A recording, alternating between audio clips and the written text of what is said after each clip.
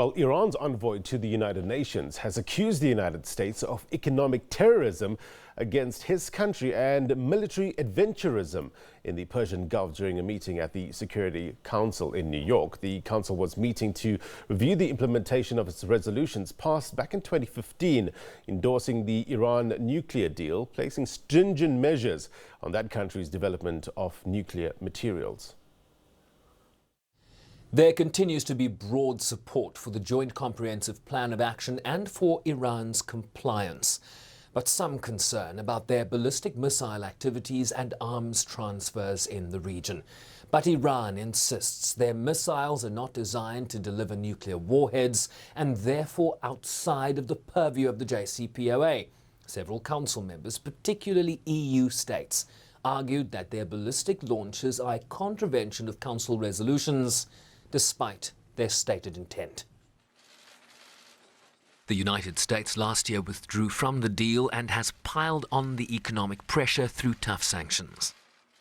The U.S. withdrawal from the JCPOA and the imposition of its illegal sanctions rendered the JCPOA, with respect to Iran's benefit, almost fully ineffective, which is, of course, a clear violation of the U.S. commitments under the JCPOA and a breach of its obligations under Resolution 2231. The U.S. also brazenly continues threatening other states to either violate Resolution 2231 or face punishment. This irresponsible conduct by a Council's permanent member, unprecedented in the history of this body, is a frontal assault on Resolution 2231, violates the UN Charter and international law, and further erodes the trust and confidence in the Council. The deal and council resolution subjects Iran to an arms embargo and other restrictions, which the United States argues it has violated. We see concrete examples of how Iran is destabilizing the region by threatening international shipping and airspace, prolonging the violence in Yemen, and supporting the expansion of terrorist groups and proxies throughout the Middle East. These data points lead us to the conclusion that Iran continues to send weapons across the Middle East in blatant violation of the Council's resolutions. With Iran threatening to violate restrictions, EU countries were at work to keep Tehran compliant, warning that it would be a step backwards for the entire region.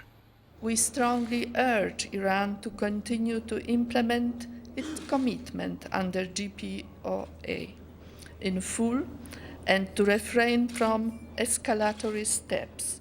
France, Germany and the UK, with support of the European Union and other member states, are finalizing the operationalization of INSTEX, a special purpose vehicle to facilitate legitimate trade with Iran.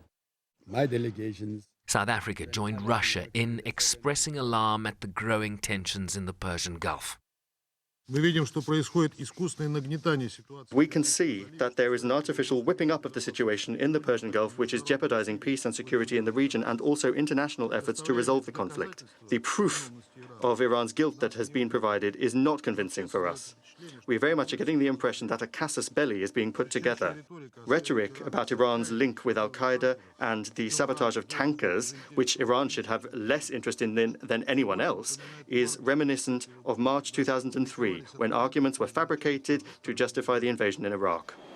Iran has given European nations until July 8th to shield Tehran from US sanctions or go through with the threat to enrich uranium levels above the limits imposed by the deal. Sherwin Bryce-Pease, SABC News, New York.